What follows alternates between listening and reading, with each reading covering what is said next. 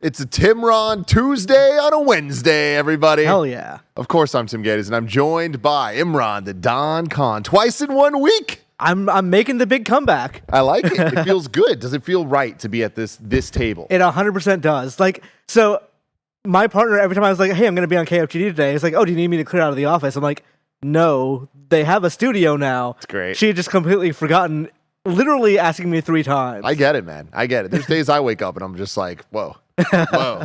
You know, but it's a beautiful thing, everybody. Of course, this is Kinda Funny Games Daily. Each and every weekday, we get together to talk about all of the video game news that you need to know. Of course, we do it live on youtube.com/kindafunnygames and twitch.tv/kindafunnygames. But do not fret, my friend. If you want to watch it later because you can't watch live, you can do just that on YouTube or roosterteeth.com. And if you want to get it as a podcast, just search your favorite podcast service for Kinda Funny Games Daily, and we'll be right there for you. If you wanted to get the show ad-free, though, and if you wanted to get a whole bunch of exclusive bonus content, including the hit show, Kinda Funny, and we recorded quite possibly the best episode of all time yesterday. Is that right, Barrett? It was something. That was it was a wild ride, so much so that it was hard for me to keep count of the score just of how chaotic it was yesterday. Yeah. Hey, some of us might have scored so high that we just couldn't even count it. It might have broke the counter. Is that true? I don't know if yesterday was the most points gained by somebody, but it was definitely up there. I think it was, and nobody can tell me different unless you go to patreon.com/kindafunny and, do the math yourselves. So you should do just that. But enough about all that stuff. Today, we got some big stories. A big February for PlayStation Plus, PowerWash Simulator's Final Fantasy VII expansion, what?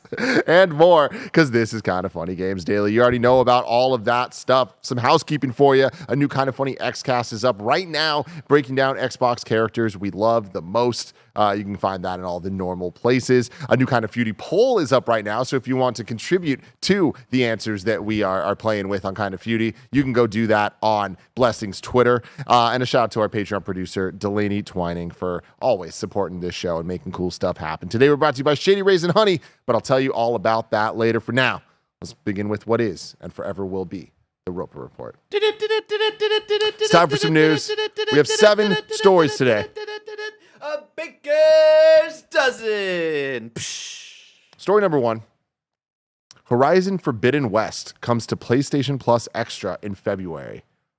Wow. This comes from Owen S. Good at Polygon. Just 1 year after launch, Guerrilla Games' open-world adventure Horizon Forbidden West will be available to PlayStation Plus Extra and premium subscribers on PS4 and PS5 beginning February 21st. PlayStation announced on Wednesday subscribers at the Extra tier and above also get 2017's Resident Evil 7 on PS4 in February. Most likely, these games have been included to spur interest in Horizon Call of the Mountain, as well as an expansion for Horizon Forbidden West coming in April, and Resident Evil 8 for PlayStation VR 2, which launches February 22nd. The rest of February's PS Plus Extra tier games, which premium subscribers also have access to, are The Quarry on PS4 and PS5, Outriders, Scarlet Nexus, Borderlands 3, all of those are on both, Tekken 7 just on PS4, Ace Combat 7, Earth Defense Force 5, Oninaki, Lost Sphere, I Am Setsuna, and Forgotten City, all on PlayStation 4. Premium level subscribers get 3 PS1 classics playable on PS4 and PS5, The Legend of Dragoon, all right, a Shuhei Yoshida classic. Wild Arms 2 and Harvest Moon Back to Nature. The PS4 version of 2005's Destroy All Humans is also available to premium members. What do you think about this, Imran? This is actually a hell of a month. Yeah. One, obviously, Horizon, big first-party game from last year. That's a real good addition. But just going down this list, Quarry, actually really good. Scarlet Nexus, surprisingly great. Borderlands 3, good. Tekken 7, Outriders, good. real fun time. Outriders, also fun. Earth Defense Force 5, a game that I would not say anyone should go out there and pay money for, but if you have access to, hell yeah, that's a fun, couple of hours to, could be 50 hours if you get really into it. This is the Forgotten City, also a surprisingly good narrative banger. There's more in this month than there is the last 6 months they've had this extra tier.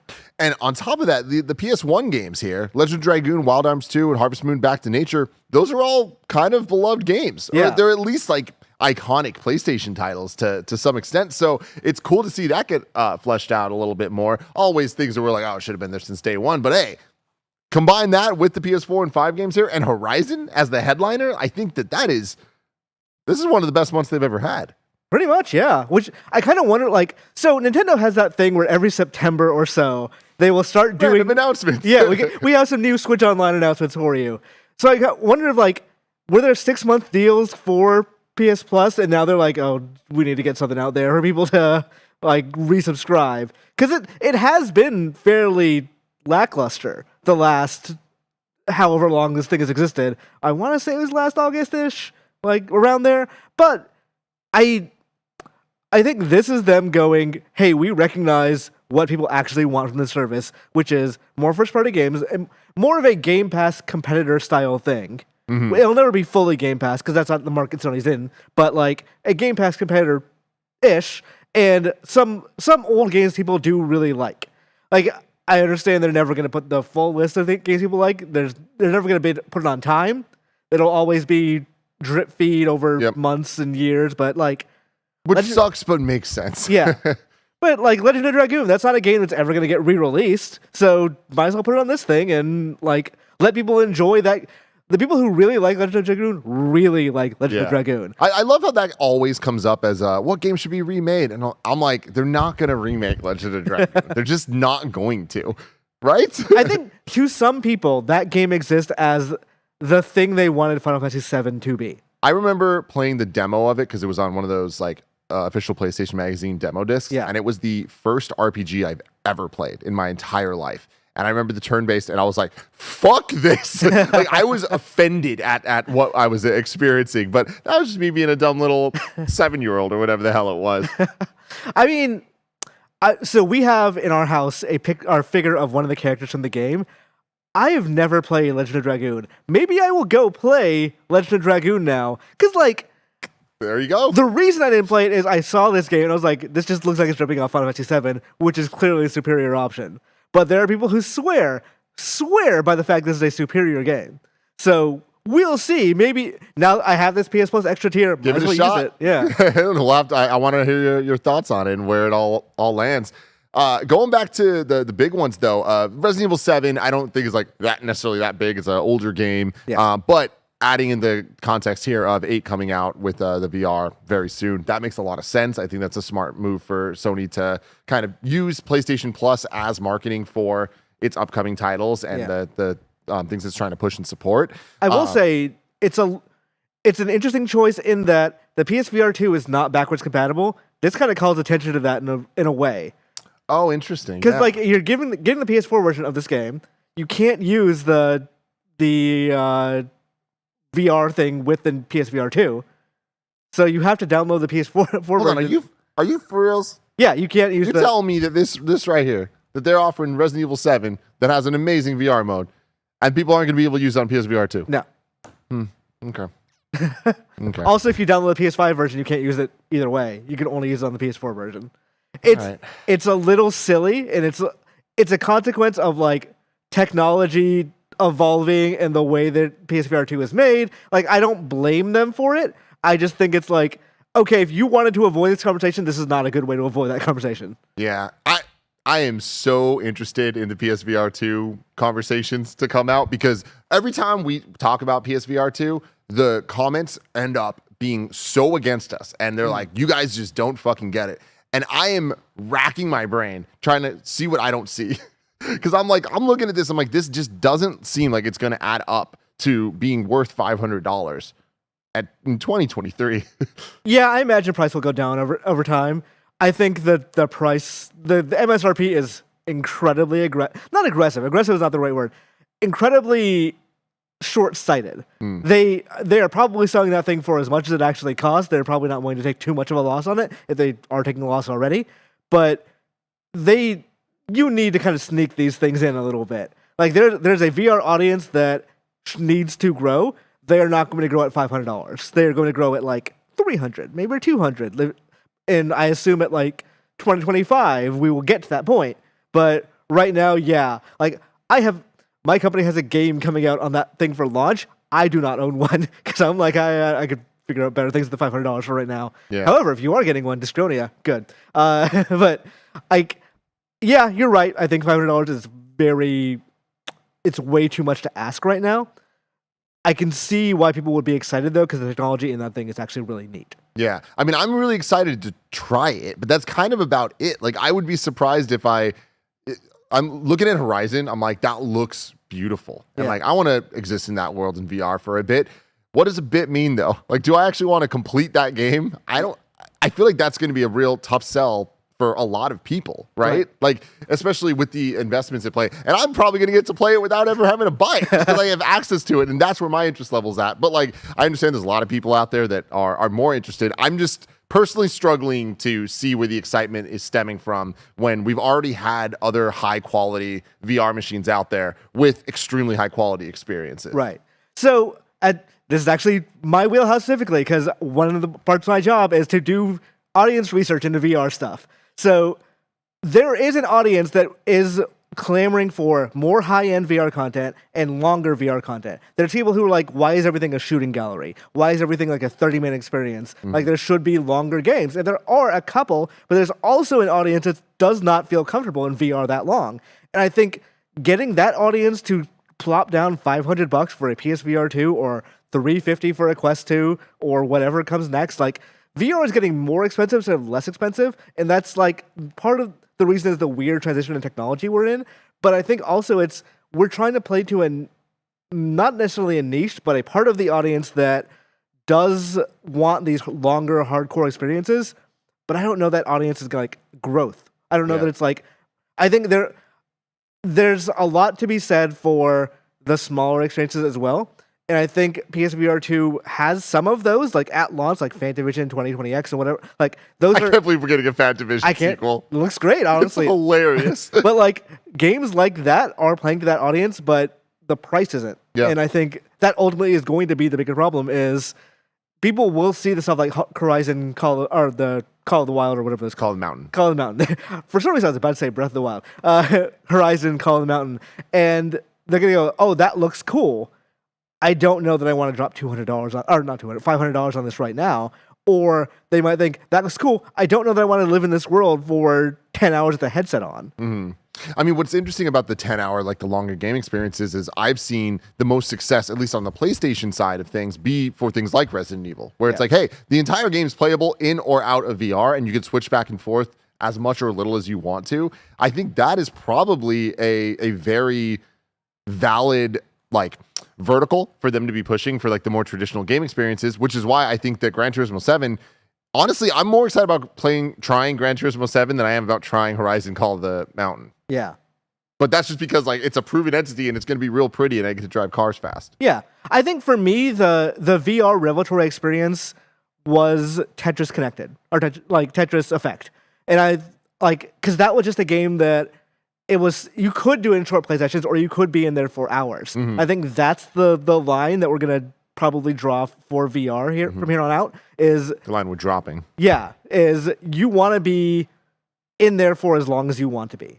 Like, Resident Evil 4 is a very good example because Resident Evil 4 is not a short game. It is not a game that you do in small chunks, but you could, if you wanted to, just play from typewriter to typewriter. And I think there's probably like more research to be done. There's more like audience testing to be done and stuff like that. And I'm one of the people who does those things. But I don't think there's any one VR or one type of VR audience right now. And I think if we start trying to hew too close to the hardcore, start trying to give like only them the VR experiences and only them because they'll spend the money, then we're going to limit what VR can do in the future. Yeah. Really interesting stuff, man. So going back to Horizon here, Horizon Forbidden West, year old, year new, depending on how you want to look at it, PlayStation Studios title. We're getting both the PS4 and PS5 versions here. This is hot off the heels of the announcement that the PlayStation Plus collection is going away, which I think was the closest thing to this type of like, yo, you're actually getting the big titles that you would quote unquote expect to get following like the Xbox Game Pass model or something. You got Bloodborne. That's like all you really need. Exactly. and then, but also God of War and Last of Us and like all of the iconic titles from the PS4 era. Do you think that this is going to become a trend, or is it just timing because there's the Horizon VR and the DLC coming out soon? Like, do you expect that we'll get Ragnarok on PS Plus in November? I feel like this is them dipping their toes in the water. They know people want them to have a Game Pass competitor. they're never going to do it because that's not the business they're in. They need to spend like they need to put a bunch of resources into first party software that will then sell 12 to 20 million copies. This process of let's wait a year, then put it on PC and then PS Plus and like all that stuff, I think that makes them more comfortable. I think it's easier to do this for Horizon.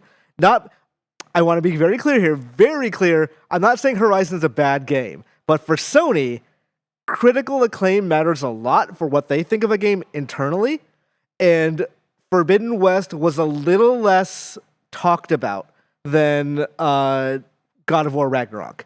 By a little less, I mean pretty significantly, because like it was part of the Game of the Year discussion, but not nearly as much as any of the other Games of the Year nominees.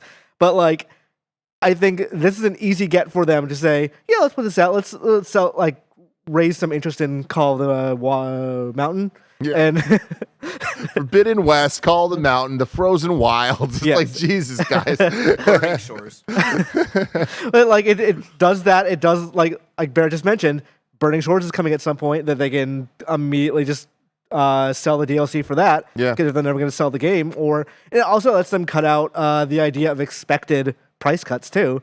Of like, yeah, you may not be getting a price cut, but maybe stay subscribed to PS Plus so you can play these games, or they might be coming to that. Has Forbidden West been announced for PC? Doesn't look like it. No. It will at some point. Yeah, that is interesting though, that like I would have assumed that the PC version would have came out before a PS Plus version. Yeah. Or a free, it being offered on PS Plus. They really want people to buy PS5s. That is their entire internal marketing that's strategy. Actually really, yeah. Who would have thought? But no, jokes aside, that actually makes a lot of sense with everything we've been hearing about the supply being readily available for the first time since the PS5's launch. Yeah. And at this point, that's not a new thing. It's been at least for a couple months. I've just randomly happened to see them at Targets when I've just been shopping, and I was like, whoa, it's like always a fun surprise thing. It's always funny too, because I'm like, I have no need for this. I don't know anyone that has a need for this. Everyone I know that wants one has one, but I'm still really excited to see it here. Yeah, I saw a thing, like a tweet today that was like, PS5 is readily available at Amazon without like a pre-order or reservation or whatever. I'm like, I kind of want to get one, but that doesn't make any sense. That doesn't at all. But I think it does make sense then for them to try to push some of their more premium experiences to really incentivize almost like a soft relaunch of the PS5 of like, let's get those numbers up. Do you think that, and this is almost a rhetorical question, but like, do you think that the PS5 is going to see like a significant jump in units sold the next time we hear the financial results? Significant, I'm not sure, but they will probably like, I say they could probably catch up the PS4 numbers for sure. Like that, they've steadily been increasing supply for the last 2 quarters, and the numbers have gone up. Like it's gotten, based in revenue, not units sold, but based in revenue, they've gotten up at the top of the NPD. So they are doing much better. I think like also stuff like this that does put this on PS Plus does say, hey, if you bought a PS5 for Christmas and you didn't subscribe for PS Plus, hey, here's a reason to. You could now just get a game that was like a year old on there. If you didn't subscribe to PS Plus, here's a reason to subscribe to that. Like now you can play, like you don't need to for Fortnite or Warzone, I believe. But if you are just like, if you do want to subscribe to PS Plus for reasons other than online gaming, this is actually a banger month to do so. Yeah. Totally. Now, I want to get a question here from Lucid Dream. We already addressed some of this, but there's particulars I want to get into. With the arrival of Horizon Forbidden West on PS Plus Extra next week, would it be safe to assume Sony will add future first-party titles to the service 12 months after initial release? Do we think we'll get Ragnarok this fall? As a counterpoint, they do seem selective with the titles, like Ratchet & Clank Rift Apart, Last of Us Part 2, and Marvel's Spider-Man are not available. What do you think goes into the decision to release a first-party title on the Extra tier? So, looking at things like Ratchet & Clank and Spider-Man and Last of Us, do you think maybe it's a Naughty Dog and Insomniac like influence thing, or is it just a timing thing where Ratchet would have been there had that game come out now? Yeah, I think timing probably matters. I think they do want to probably protect Naughty Dog prestige. Like you don't want to just give those games away for free because they are so proud of them as like award-winning blockbuster games. I can see stuff like Ghost of Tsushima, if that's not been already, like the PS5 stuff, like that makes sense. Death Stranding, things like that. Things that like they're not necessarily invested in protecting as important key what's the word I'm looking for? It's not blockbuster. It's prestige. Yeah. Prestige games. Yeah. Do you think that we see Spider-Man leading into Spider-Man 2? I think that would make sense. I think Miles Morales is maybe the better pick because that is a cheaper game. Maybe both, honestly. I wouldn't do it for Spider-Man 2. Well, I guess both are coming around at the same time, but Spider-Verse. Yeah. Like putting those like having just a general Spider-Man synergy towards the end of the year would make a lot of sense for Sony. Yeah. Could totally make sense. Let's move on to story number 2. PowerWash Simulator's Final Fantasy VII pack lets you clean up Midgar. This comes from Nicole Carpenter at Polygon. PowerWash Simulator is getting a Final Fantasy VII DLC pack. What? I love when there's weird ass collabs here. It is called the Midgar Special Pack. It includes 5 jobs across the iconic fantasy city. The Midgar Special Pack will be released for free on March 2nd on Nintendo Switch, PS4, PS5, Windows PC, Xbox One, and Series X. It's not just cleaning either. Developer Future Lab said in a blog post that, like the original PowerWash Simulator, there's a story to uncover in each job. Of course, there's no judgment in PowerWash Simulator, so players will take on jobs from Avalanche and Shinra, cleaning up messes made from Don Cornero's lackeys, Professor Hojo specimens, and Heidegger's dangerous tech, Future said. There are the locations that desperately need an expert power washer's help. Oh, here they are. The Hardy Daytona and Shinra Hauler, the Scorpion Sentinel, Seventh Heaven, the Mako Energy Exhibit, and the Airbuster. Fuck yeah! Yeah, like I saw this last week and I'm like, fuck, I'm gonna buy Power Wash Simulator, I guess, because like this is not only like a little stupid, but like fun. It's a fun, stupid idea. I love that Power Wash Simulator has become the success that it is. Like simulator games are, at this point, there's a simulation for everything. And as the Out Today will tell you, some weeks there are things where like, we don't need to simulate that, even as a joke. But there's always the standouts. And I feel like looking back to, even on the VR side, things like Job Simulator and the sort, but going back to Goat Simulator and like how much of a moment that was when it first dropped. And here we are with Power Wash Simulator, which just is a beloved game. Like anyone that gives it a shot is like, oh, there's something here. And for them to take that foundation and be like, let's have fun with this for the core gamers out there and like really just do the thing. Let's commit and like make this an event that people are going to want to check out. Good for them. This is rad. Have you ever seen the subreddit Oddly Satisfying? Yes. That is what Power Wash Simulator is. It is. So people who don't know, that subreddit is like things that like look nice being cleaned, or like a perfect scoop of an ice cream, or something like that. Or like the film getting pulled off of a new phone, or yes. like just that's those moments that just feel good. Yeah, and like that is that game. Is It's cool to watch a backyard be cleaned like with a power washer.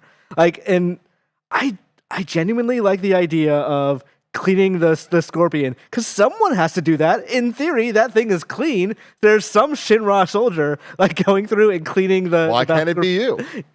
You know? Mm-hmm. Do you think this is going to be important to play before Final Fantasy VII Rebirth comes out this winter? I would love that. I would love if like you're cleaning the Mako Energy Exhibit and Zach's just there or something. Like, yeah, dude. I mean, they're saying there's story bits involved. I'm a little more concerned about cleaning up Don Cornelio's little area. Yeah, that I don't know what you want to clean up there. You're gonna need some extra strong power wash in there, but just the idea of power washing with Final Fantasy VII music playing. Yes, that's really kind of all I need. I've been playing Theater Rhythm, the final bar level. Oh, okay. I kind of got choked up playing the FF7 series. I love that. It's like, oh, Aerith's theme is actually really, really beautiful. fucking good. It's beautiful. Like I know this intellectually, just like, oh, and I'm still. It's the same thing that happened when I was playing Remake of, oh, I guess I really do just love this game. Yeah, and I just didn't remember that. Speaking of Final Fantasy VII, because I have you and I always want to, Rebirth. Yes. When do we actually get it? Because they told us Crisis Core, whatever the fuck it was, remastered, Angels Fall shit, was going to be winter. And then Rebirth next winter. Yes. They did the first one in December. The early side of winter. They didn't name a year. They just said next winter. So, like, I think they gave themselves room for an assumption of delay. Mm-hmm.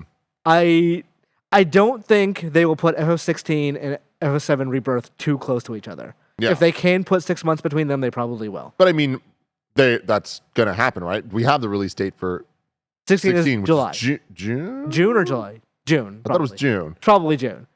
They're Everything's coming out in June. like earliest that Final Fantasy could come out would be December. If they were going to do it this year, yeah. But I think that is unlikely. Yeah. Like I think that it's more likely to be March next year. I could see January. They released Forspoken this January. Did that work though for them? I know it's different, but So the problem is usually they release like Square Enix specifically releases just a fucking stinker of a turd every January. Like don't put this one out then. The Quiet Man, Babylon's Fall, Balin Wonderworld. No. Like they usually just like early in the year, here's our first quarter dump, whatever. And like if Forspoken is the worst game of the year, then like it's gonna be a pretty good year. But like I could see them doing, we want to reverse this and we want to put like a major game out in January. That's just me being hopeful because I really fucking want to play Rebirth. Yeah. But like I could see March. I could also see them just push it to April for the next financial year. Yeah, that's true. Yeah. God, I can't believe we're this close to 16 either. Yeah. 16's a matter of months away. Yeah. We will be playing that game, I guess, before Summer Games Fest and E3. Oh my God. And Tears of the Kingdom. And Tears of the Kingdom, right after Tears of the Kingdom. Tears of the Kingdom is itself a week after Jedi Survivor. Oh my God. Yeah. And then before that, we have Resident Evil 4.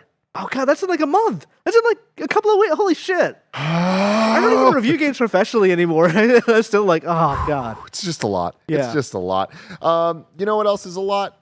Your support on patreon.com/kindafunny. We appreciate it a lot. So if you were to go over there, you don't get ads. But for everyone else, here they are. Shout out to Shady Rays for sponsoring this episode. Look how cool I look.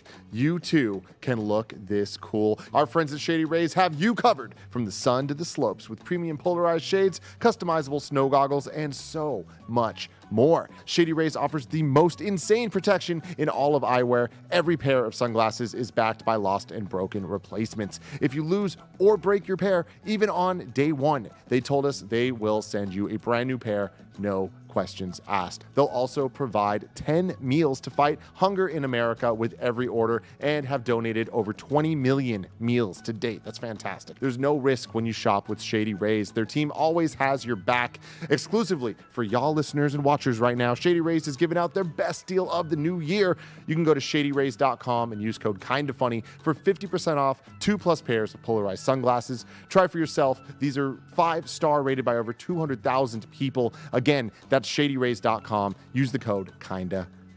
Shout out to Honey for sponsoring this episode. Honey is the easy way to save when shopping on your iPhone or computer, and thanks to Honey, manually searching for coupon codes is a thing of the past. And we all know there's nothing better than the feeling of saving money. Honey is the free shopping tool that scours the internet for promo codes and applies the best one it finds to your cart. When you check out, the Honey button appears, and all you have to do is click Apply Coupons. You wait a few seconds, you see the fun little dancing guy. Honey searches for coupons, and it finds you the best ones. And then you just watch the prices drop. We here at Kinda Funny have been using Honey for years, and it's helped us save thousands on tech, costumes, food, you name it. Honestly, I just love how easy it is to just set and forget and save. That's the best part. Honey doesn't just work on desktops, it works on your phone too. You just activate it on Safari on your phone, you save on the go. If you don't already have Honey, you could be straight up missing out. You can get PayPal Honey for free at joinhoney.com/kindafunny. That's joinhoney.com/kindafunny.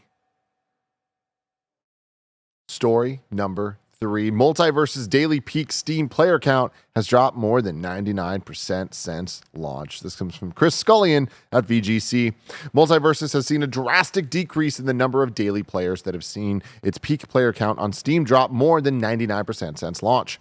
The game enjoyed an extremely successful launch with a peak of more than 143K players on Steam on day one, rising up to over 153K the following day.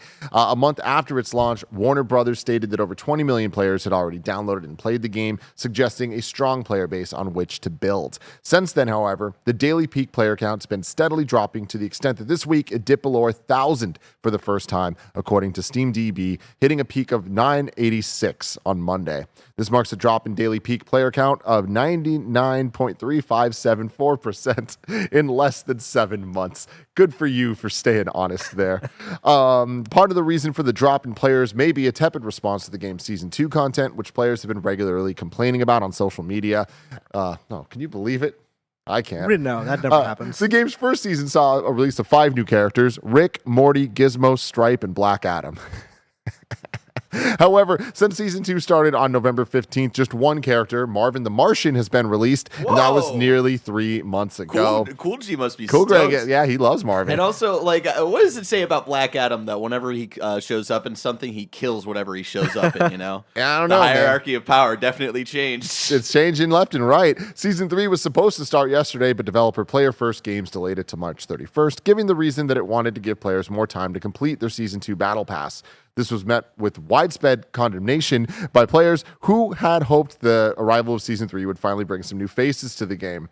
Criticism's also been leveled at the game's monetization system, which locks off many of its character skins to premium currency, with some costing up to the equivalent of $15. It's not clear if MultiVersus player drop is quite so severe on consoles, but True Achievements, which runs its own Xbox gameplay chart taken by analyzing a pool of over 2 million Xbox player accounts, says the game's active player accounts dropped to around 4% of what it was at launch and is now well outside the top 100 games played on Xbox.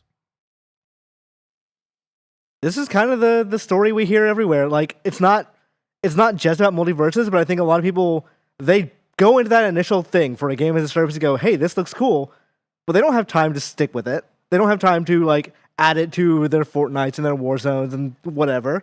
Like, they play a little bit, go, I'll come back to this later, and then it leaves their mind. And the developers were very optimistic about how many characters they could get out at once. The Season 1, they probably had a lot of that shit ready.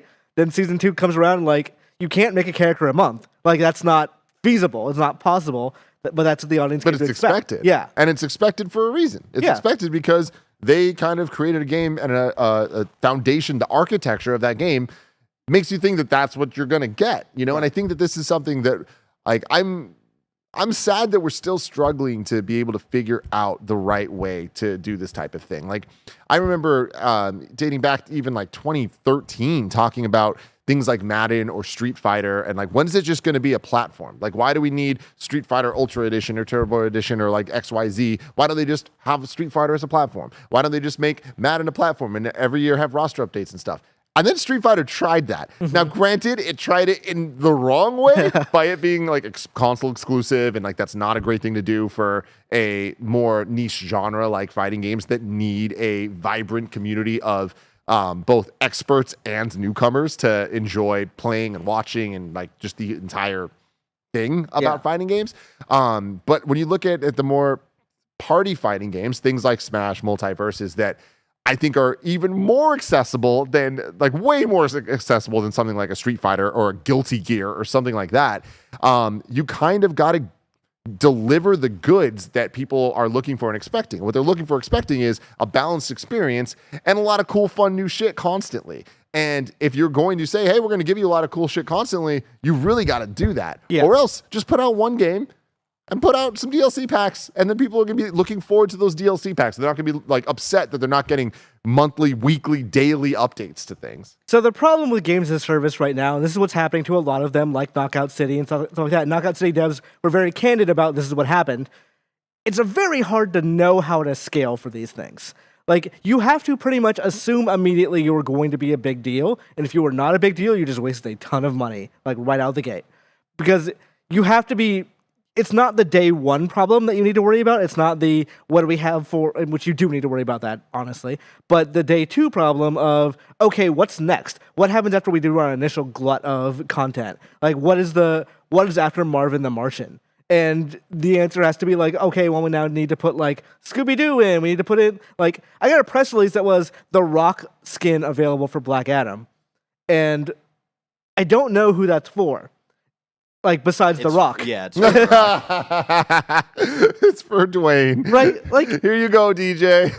like are people going like, "Oh, now that The Rock Black Adam is in there, I'm finally Now going to boot up MultiVersus again." Like no, people played it and they enjoyed it and then it left their mind. I think part of the problem, especially with games like MultiVersus, is you start out with everyone else on the same level. That we're all buying new characters, we're all like roughly the same equivalent skill level, but as you start playing more and more and get better, you're not fighting kids playing as Bugs Bunny. You're fighting the people who are like really good at that game, and it's not fun anymore. Like that's a kind of superficial way to look at it, but that's why I stopped playing. Is I stopped winning, and in theory I should be motivated to just get better and play more and do all that, but I could also just drop the game and not really care about it. Do you think, and this is, it has its major sets of cons itself, but do you think that we might shift to a marketing for games as a service that have an end time, like an end point, where they're like, hey, we're going to release this game and we're going to support it for a year. And every month of that year, in 2024, from January to December, there's going to be a major update. And this is an experience that we're all going to be in together. Kind of the way that like TV works, where it's like you got these episodes in a season and everyone's having these big zeitgeist moments every Sunday night after Last of Us or Game of Thrones or whatever. I feel like that could be a great way to actually deliver this stuff without feeling the need to stretch things out for too long. The problem there is what happens after that time. So yeah. But is that just, do they move on to another project? And like that was the goal. That was the type of experience they were building. Because let's be honest, like, if a game goes on too long, sure, there's always going to be a player base, but we can see it dwindling here. Yeah. So it's like just being able to play a game endlessly is ideal, but I don't think sustainable or possible. And clearly this system's not working. So maybe adding a different perspective and more dialed in like, hey, this is a living game, but the living always die. I think Jesus. I think from a marketing perspective, that probably wouldn't work because people want to assume it's always going to be endless. They want to assume this game they're like picking up is just going to be like going to last forever. They're going to play it every night with their friends. Like this game has the same shelf life as poker. Like that you can just get together and just start playing it no matter what. I probably wouldn't, and most people I think probably wouldn't start buying skins or monetization stuff for a game if I knew it was going to end one day, regardless of how far away that game is, regardless of how fun the thing I'm doing is, like, actually, how fun is actually making the game. I probably, like, let's say Nintendo says all copies of Smash Bros. Ultimate are going to explode next year. However, we're adding every dream character you could possibly want in that year. Even though I would probably only buy those characters and play them for, like, a weekend, I would still be like, I'm not going to buy this. This isn't going to last. Like, it's going to eventually go away. And I think one of the reasons like games like Fortnite and like Apex succeed is because they're backed by big companies people have general faith in that they're not just going to drop the game and just go, all right, we're done. Where they are supporting them in some way that we know is not going to be forever because nothing is forever. As you said, everything dies. But if it dies, it'll be like a cataclysmic event, not a like, we just didn't feel like doing it anymore. Yeah, I'm interested. I really think that, like, I think you're right overall, and I don't think that what I'm saying can apply to every single game. I mean, definitely can't, but I don't even think it can apply to games as a service as a whole. But clearly something's not working, so something has to change. But while I agree with you that, like, people want to think things are going to go on forever, I think when you look at the MCU right now and, like, seeing a lot of people's takes on it overall, even people that are major fans, a lot of them aren't as high as they were on the ride to Endgame. And I feel like knowing that Thanos has the gauntlet and he's getting the stones and this is all going to lead to an end, I feel like created such a moment that video games could do too. If we were essentially promised an Endgame, and we know that everything we're doing is working towards that, I think that there's a value to that experience and that that everyone is doing the same thing at the same time and we're all equally excited about knowing that there's this end point, that it's all going to actually culminate in something. That would be extremely exciting. But what you're describing is episodic gaming, which like kind of died for a reason. That's true, but I feel like if the difference between this and episodic gaming is like the idea that they are trying to make it a shared multiplayer experience. Like the assumption for me with games as a service is that there's a multiplayer side to it. You're Right. doing the experience with friends, which is part of like creating that zeitgeist, the water cooler moment of instead of with TV, you watch TV and then the next day you talk about it with people. This is you're actively talking about it with them because you're experiencing it with them because of the joys of online gaming. I think kind of Destiny it doesn't have it does have a time limit because like they vault stuff. So like I think Destiny's kind of getting that same thing of like here's the major expansion, here's the weekly raid, like or here's the big raid that like lasts 48 hours. Like I think that is kind of the prestige TV equivalent. Of Yeah, what you're going for. that definitely is probably the closest thing to it. But even that, it's like it's endless. It feels, Yeah. you know, like that end is just a end, not the end. People only like getting into things when they feel like they're getting a deal on it, and they think like limitless content that already like there's so much of it for them and it will never end is a deal, which in reality is also just unsustainable. Yeah. Well, it's interesting stuff. Story number 4, Atomic Heart composer Mick Gordon is donating his fee in support of Ukraine. This comes from Luke Riley at IGN. Award-winning video game music composer Mick Gordon has noted he will be donating his fee for his work on Atomic Heart to charity in support of Ukrainian civilians suffering amid the 2022 Russian invasion. The Australian-based musician has donated his fee to the Australian Red Cross Ukraine Crisis Appeal, explaining the Red Cross has been a vital resource for those affected by the conflict, providing aid, medical care, and psychosocial support. Gordon explains he was contacted by Atomic Heart developer Mundfish Studio in April 2020, just under 2 years before the February 2022 Russian invasion. Mundfish was founded in Moscow in 2017, but appears to have recently relocated its headquarters to Cyprus. Its official site describes a distributed development team of 130 people across 10 countries, one of which is not named. The game's unique aesthetic, combined with my musician's love for Soviet-era synthesizers, provided an exciting creative opportunity. I was thrilled to be involved, and I'm grateful that the team saw fit to bring me on board. I'm eager to see and hear my musical contributions come to life in the final game when Atomic Heart releases later this year. Gordon also noted that working with Mundfish has been an absolute delight. Cool. I think that's a good way to give money to a good cause and also kind of cut off any of the criticism that might be coming his way about Mundfish being a Russian studio. I've looked into some of this. I've looked into like not extensively, but at like the links people have between Mundfish and supporting the Russian government are tenuous at best.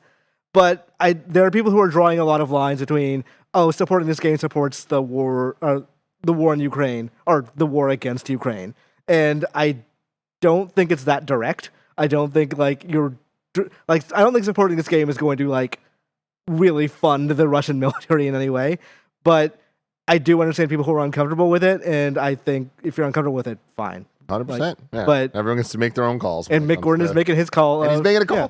With his, he's speaking with his wallet, speaking with his work. You know, I think that he's handling this in a very respectable way that makes a lot of sense for him from everything we've heard about him in the last couple of years specifically.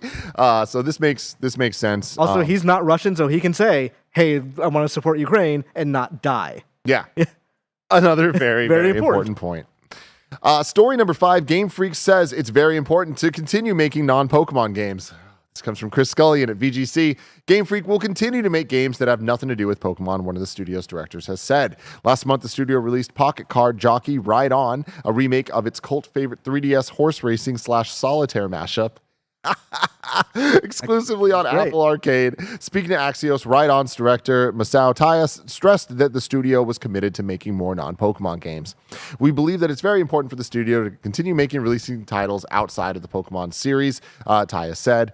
In the recent years, the resources needed for game development have grown and grown, so Development Department 1 has been trying out a style of development where it works with external studios. A decade ago, Game Freak set up an internal initiative called Gear Project, in which developers could pitch original game ideas during quieter periods when Pokemon development isn't as intense. Although the developer is best known for the Pokemon series, it has released a number of smaller, unrelated games in the past, such as Harmonite, Tembo the Badass Elephant, and Giga Wrecker. I haven't enjoyed any of Game Freak's games that are not Pokemon, but I have not played this one. You should play this one. Yeah? This game is like shockingly addictive. Like, Okay. I loved it on 3DS. I've not played the iOS version. I assume it's roughly the same. But on 3DS, it was like a hell of a game. Maybe better than any Pokemon game I played. Wow. In just terms of like straight design. I think I think this statement about like, yeah, it's hard to make games now because of resources feels like, please don't yell at us about Pokemon. It's very hard to make video games. Yeah. But to me, then it's like, well, then just fix the shit before you do other things. Yes. You know? I imagine they're different teams, but like Game Freak is also historically very small. Yeah. They need to expand, but what they're saying about working with external studios, yeah, that needs to happen too. That needs to happen on a timeline that is like relatively healthy for every studio involved. Of course, it's Pokemon. It's too big a ship, so that's never going to happen. So I can see like the reasoning here of thank God we can work on something that is not dictated by a schedule by 7 different companies. Yeah. Which includes Game Freak. They're not like innocent in that. Yeah. But they can make a game that just comes out when it's done, as opposed to needs to come out alongside an anime and plushes and all that other jazz. Yeah. Interesting stuff. I mean, horse races, man. Horse race solitaire. Story number 6, God of War Ragnarok devs didn't realize that allies spoiling puzzles would annoy players. This comes from Ryan Dinsdale at IGN. God of War Ragnarok developers, Sony Santa Monica Studio, didn't realize that allies spoiling in-game puzzles would be annoying for players wanting to solve everything themselves.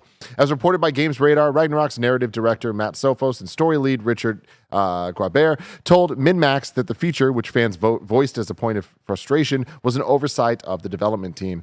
It didn't get exposed to us really until after the game came out, because even when it had playtests, we never saw feedback about the characters talking too much or spoiling things too quickly.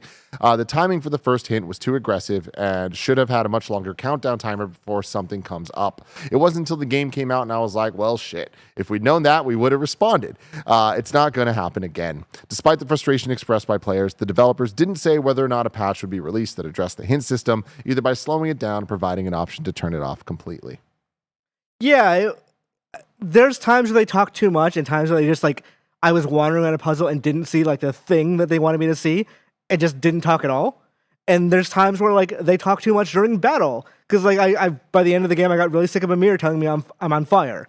Like I'm surprised that they got no feedback on it. I'm surprised that this is the thing in game development where you are working on something so long you just don't see the forest for the trees, or you don't see the individual trees. Honestly, Yeah. Like you have to have been like so close to this project to not know how much they were talking, because it's a lot. And I love God of War Ragnarok. I 100% of that game for reasons I don't entirely understand. But like that was a huge problem that I'm really surprised they had no one in QA or something sending some note about it. It was not a problem for me at all. And when everyone was talking about this, I remember seeing on Twitter, and I was just like, oh my Lord, we will complain about anything. Really? But again, it's like, look, that's my opinion, and clearly other people think that I'm wrong about that. But like, also, a lot of people. So at the end of the day, I think that this is great, that this is a really honest response to, hey, we didn't get this feedback. Now we did? Yeah. Cool, we're going to address it. I think that this is best case scenario overall. I think it varies from person to person. Yeah. Because like it also probably varies depending on how you like do in a puzzle. Like if you happen to get through all the puzzles that they would have told you the solution to fast, you probably never heard it, or it didn't bother you in that case. I think for me, it was like, okay, I know what to do. I just need to go do it, and they're already telling me the solution. Yeah. Or I don't know what to do. I literally just walked in the room. It's like, hey, look at that thing over there. I'm like, come on, guys. Yeah. Horizon's much worse about it, but Yeah, and I guess for me, like the difference is I like the characters talking in God of War Ragnarok, and figuring out like the puzzles in Ragnarok and the puzzles in God of War aren't like these crazy sophisticated things that when I figure them out, I'm like, yeah, true. I did something cool. It's more like, oh, here's this puzzle room. I need to actively do things to make it all happen. Doing the thing is what's fun and rewarding to me. So that's why I'm on that side of it. So everyone was like really upset about it, which again, they clearly look at it and are like, oh, we see what you're saying. So it's like there is something there. And I think that even the idea of it even just being like a slider, being able to be optional of how much people are giving you hints or not. Because even in Ragnarok, like there are extra things you can add in the options to make it an even more streamlined experience of like there's the option of like hitting R3 and it like just directs you where you're trying to go. Yeah. And it's like you can turn that on or off, and I don't think it's on by default. Yeah, that should be the way the puzzles work, is like press triangle for a hint. They've done that before in Uncharted and stuff like that. It should have been the thing here. I can get why they think it's a little too video gamey, but it's easier than like, I think the one that annoyed me the most was I knew what to do, but I accidentally misaimed throwing the axe at something. And they're like, no, it's not that one. It's that thing over there. It's like, yeah, I know. Like, it's that thing of, I'm already annoyed. You are annoying me more by giving me directions. Yeah, totally get it. Story number 7. Saudi Arabia reportedly increases Nintendo stake for second time in a month. This is from Tom Phillips at Eurogamer. The financial scheme founded by the country's highly controversial ruling Prince Mohammed bin Salman now owns 7.08% of Nintendo, up from 6.07% in January, TradingView revealed today.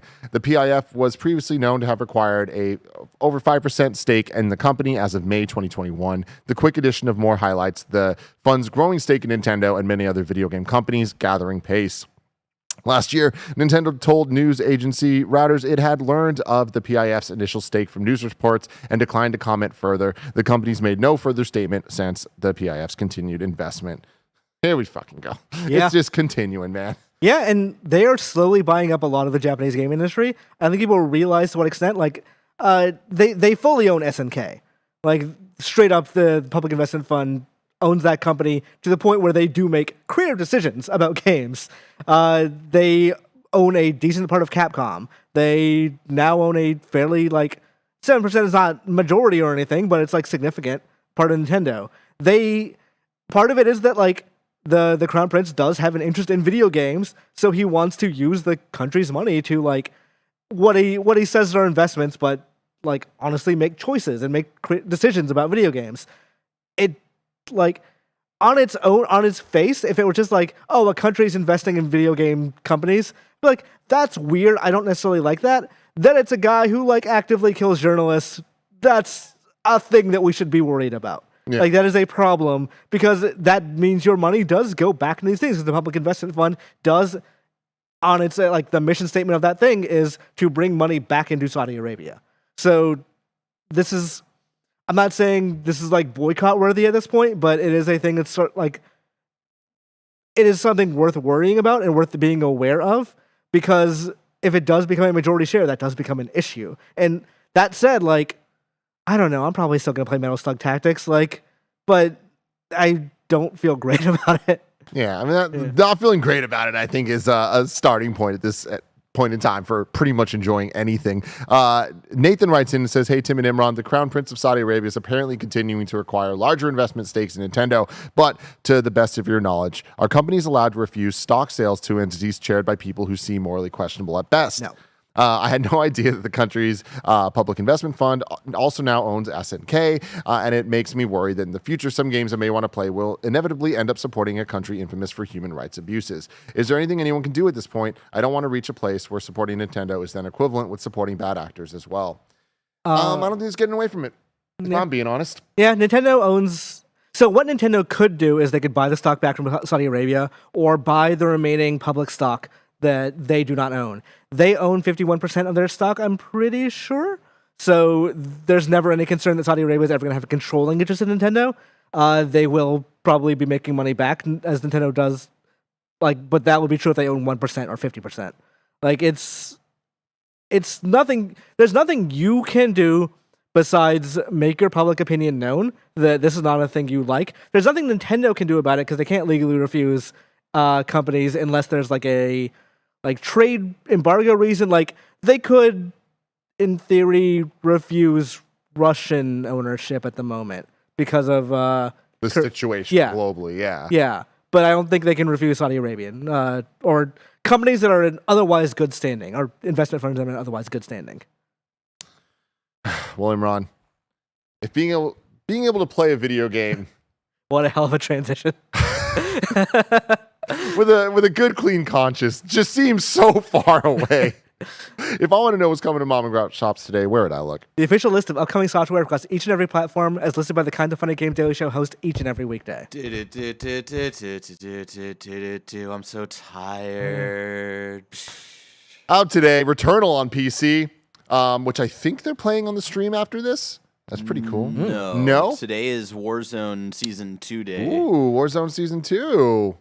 Everyone get excited.